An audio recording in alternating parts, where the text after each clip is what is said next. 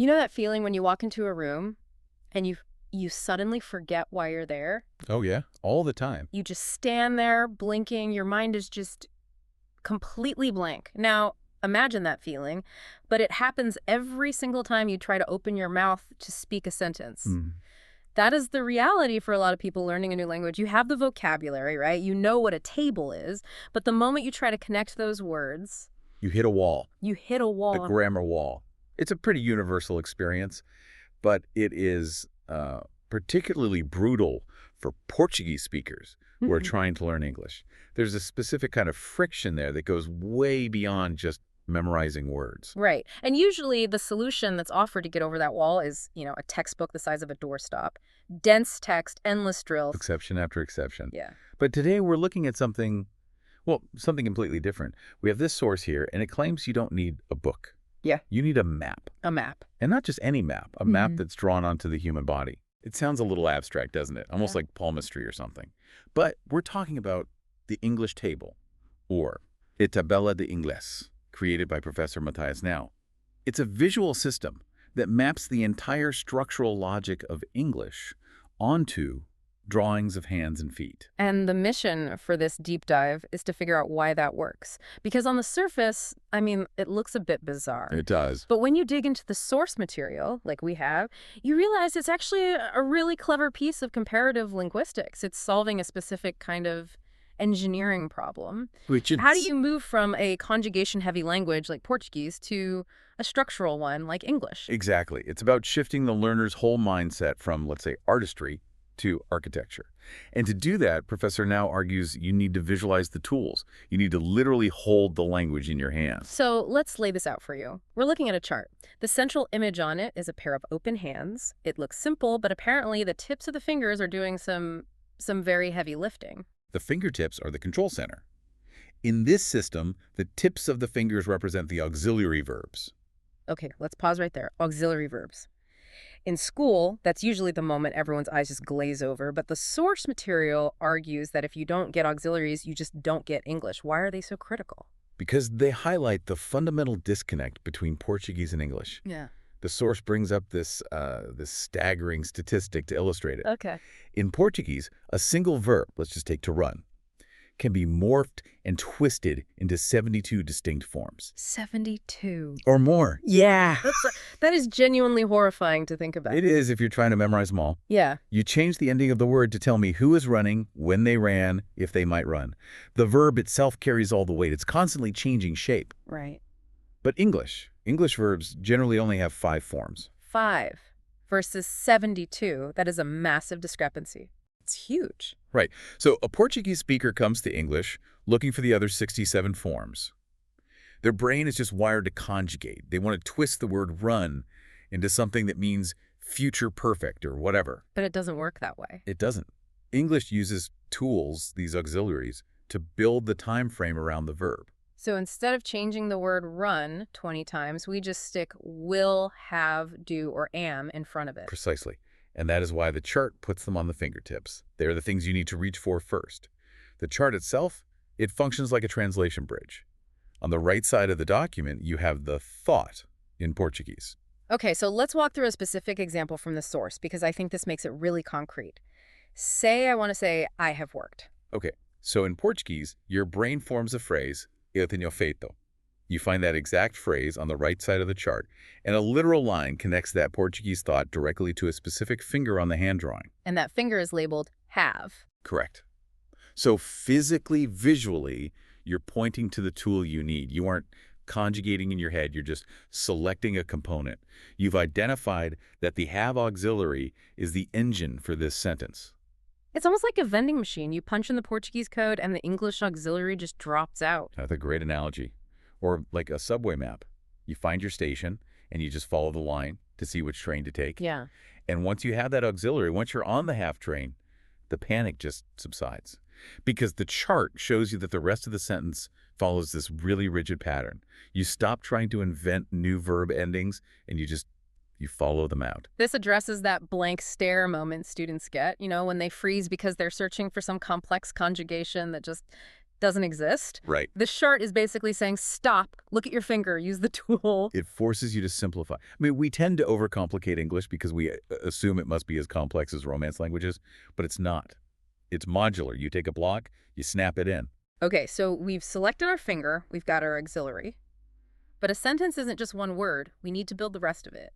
And this is where we move from the fingertips to the palm of the hand. Right. So if the fingers are the tools, the palm is the blueprint.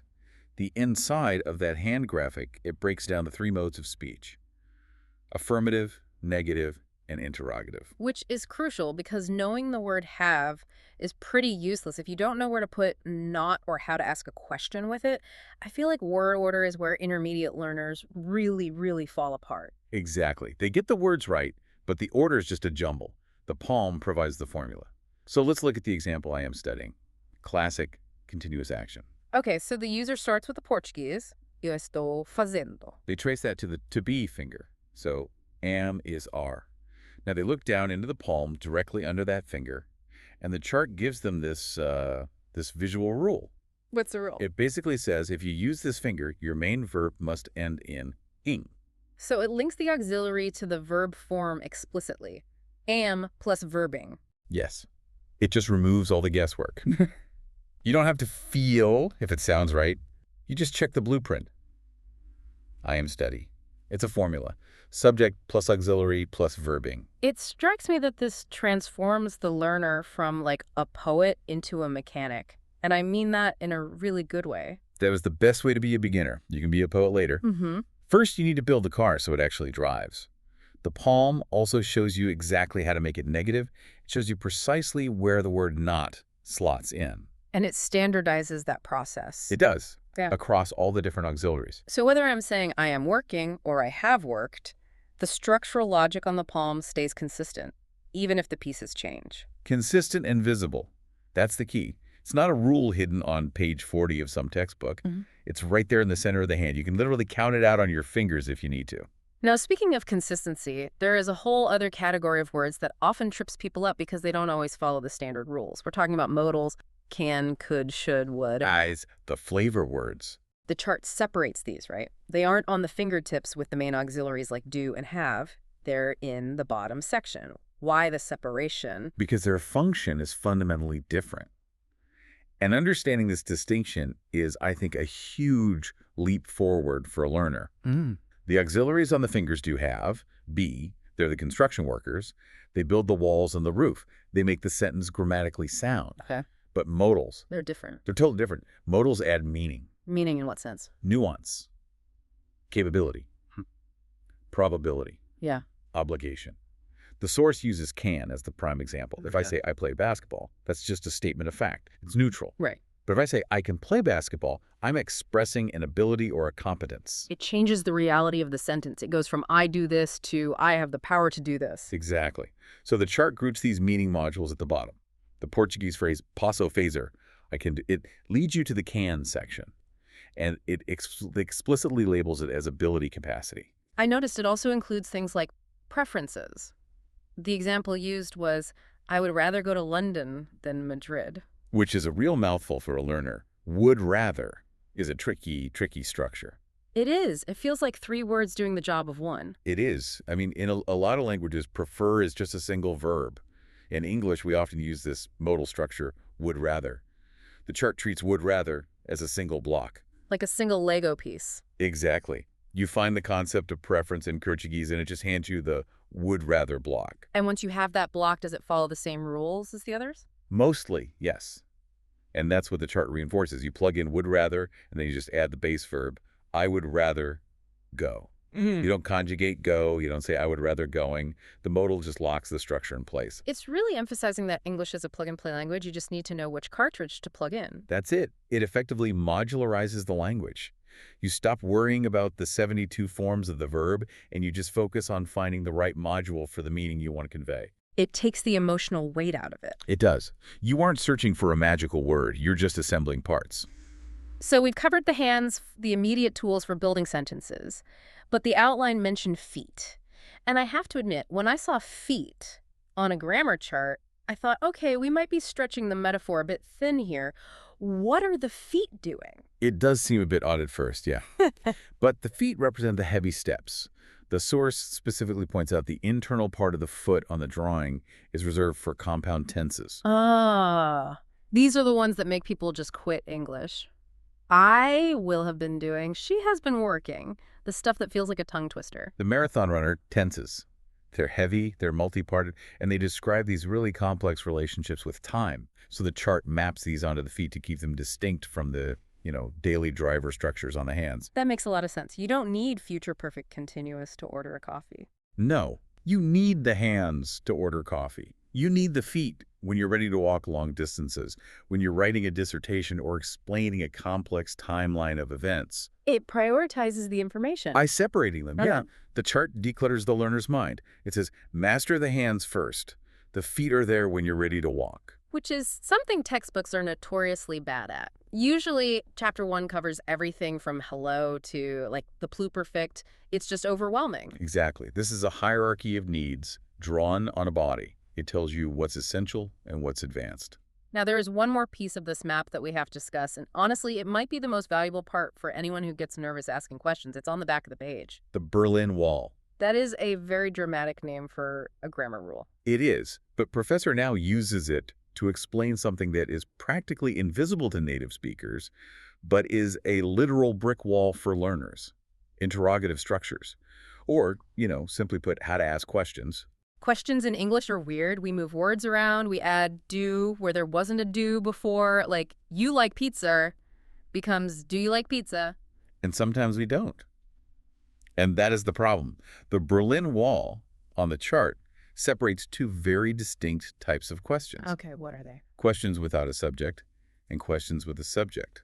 Can we break that down? Because I feel like even native speakers just gloss over this distinction, but for a learner, it's a trap. Sure. Imagine the sentence, who called? Okay. Who called? So the word who is the subject. It's the person doing the calling. There's no other person involved in the grammar of that sentence acting as a subject. So the structure is simple. Who plus verb. Who called? What happened? Simple enough. It sounds just like the Portuguese structure, actually. Exactly. But now look at the other side of the wall. Who did you call? Ah. Okay, now we have a you involved. Exactly. You is the subject. You are the one doing the calling. Who is just the object, the person receiving the call. And because there's a separate subject, you, English demands an auxiliary. You cannot say who you call. You must say who did you call. That creates a massive trap for learners because in Portuguese and a lot of other languages, you don't need to add that extra did. Yep. You just change your intonation. You'd say who you call with a question mark at the end of your voice. Precisely. That is the instinct. So the learner tries to say who you call or what you do. The Berlin Wall on the chart creates this physical barrier. It tells you if you're on the subject side, you can go straight to the verb. But if you cross the wall to the object side, you must pick up an auxiliary. It prevents the error before it even happens. You look at the chart, you see which side of the wall your question is on, and you know the rules of engagement. It's a visual stop sign. It reminds you that the rules have changed. The back of the chart also lists all the words who, what, where, when, and it summarizes the exceptions. It's essentially the troubleshooting guide. So the front is the user manual. The back is the troubleshooting guide. That's a perfect summary. Yeah. If the front is about getting a machine running, the back is for when the machine makes a weird noise. It's for the deep analysis. It's just fascinating how much information is compressed here. We have hands, palms, fingers, feet, and a geopolitical wall all on one single sheet of paper. It is a triumph of compression. And that's really the definition of insight, isn't it? Taking a complex, sprawling system like a language and just compressing it into a single navigable model. And it all circles back to that core tension we started with, 72 versus 5. That is the anchor. If you take nothing else away from this deep dive, just remember that number. Portuguese is a language of 72 forms. It's fluid, it changes shape, it relies on the inflection of the word. Right. English is a language of 5 forms. It is rigid, it is structural. And if you try to treat English like Portuguese, you will be frustrated. Yeah. You'll be trying to sculpt clay when you should be snapping Legos together. I love that image. Legos. The English table is basically the instruction booklet for the Lego set. It tells you, take this blue brick, the auxiliary, place it here. Take the red brick, the verb, place it there. And once you accept that, once you stop fighting the structure and just follow the instructions, The language stops being a mystery. You realize you don't need a degree in engineering or some miraculous memory. You just need to know which finger to point to. It's empowering. It shifts the blame from, I'm not smart enough, to, I was just using the wrong map. Exactly. The map is right there. You just have to learn how to read it. And once you see the fingers in the palm, you can't really unsee them. It sticks with you because it's your own hand. Before we wrap up, I want to leave everyone with a thought. We spent the last, 15 minutes geeking out over grammar charts and auxiliary verbs, but the bigger lesson here isn't just about verbs and nouns. It's about visualization. We saw how mapping a complex, abstract system like language onto a tangible, physical object, the body, completely changes how we interact with it. It turns fear into function.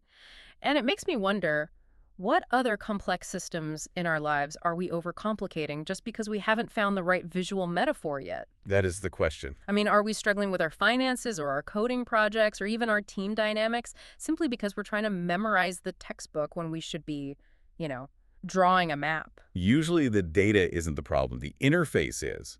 Professor Now just changed the interface of English and suddenly it works. Exactly. Find your map in the territory it's a whole lot easier to navigate.